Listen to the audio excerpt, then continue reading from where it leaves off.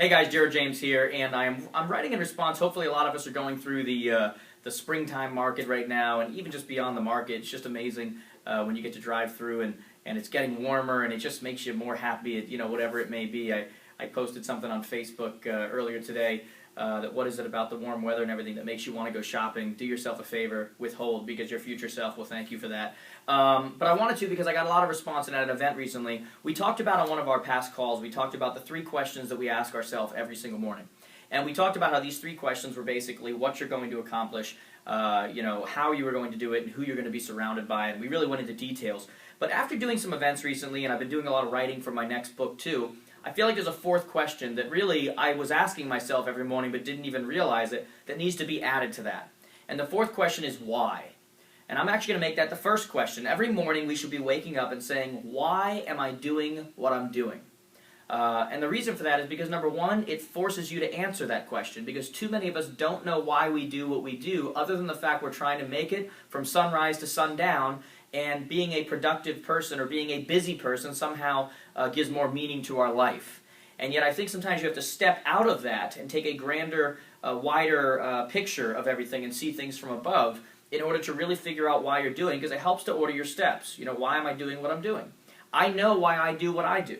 I know why I left a very productive real estate business to do what I do now, and really for the first couple of years had to take a major financial hit at first, coming from a very productive real estate side, before we were able to form our programs and get hired more and all that kind of stuff. But I know why I do what I do. I know that my purpose on this earth, I know that I'm very good, or my gifting is to be able to speak truth to people that usually people wouldn't receive, and yet somehow they have a way of receiving it from me because they know that my heart is in the right place, and I know that I want to have an impact on millions of people and be able to do that, and that's my job here, okay? Why do you do what you do? If it's just to provide for your family, well, that's a part of the why. If it's just to whatever, but ultimately what's more than that? What's the underneath? Knowing why you do what you do is going to fuel and going to add passion to whatever that is. It's going to give you purpose for that day. The next question we asked ourselves was what? What specifically am I going to accomplish today?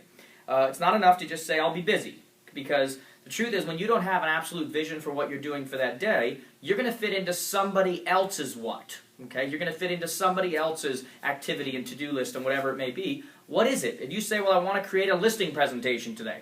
Well, that's going to shape your how, because saying I want to create a listing presentation doesn't mean you're going to go sit in the office. Okay? Saying I want to create a new buyer doesn't mean you're going to go sit in the office and wait. Once you answer the question of what, you are now forced to be able to prove it to yourself through how.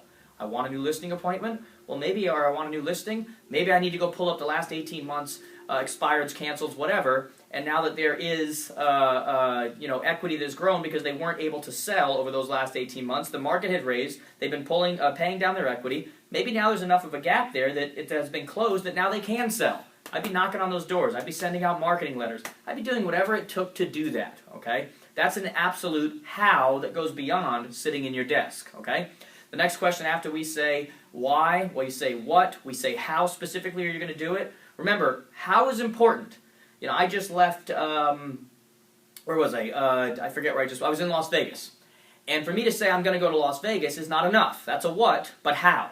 I have to get up, I have to take a shower, I have to get dressed, I have to book tickets, I have to go to the airport, I have to go through security. There's all these steps that we skip over. The same is true in your everyday life. What are you going to do? How exactly can you justify to yourself that it's going to get done? If you're not that specific, you're going to be caught doing whatever it is that falls in front of you, because like I said, work will make room for however long you allow it, and if you don't have a specific vision for yourself, you will fit into somebody else's vision. That's the way our life works.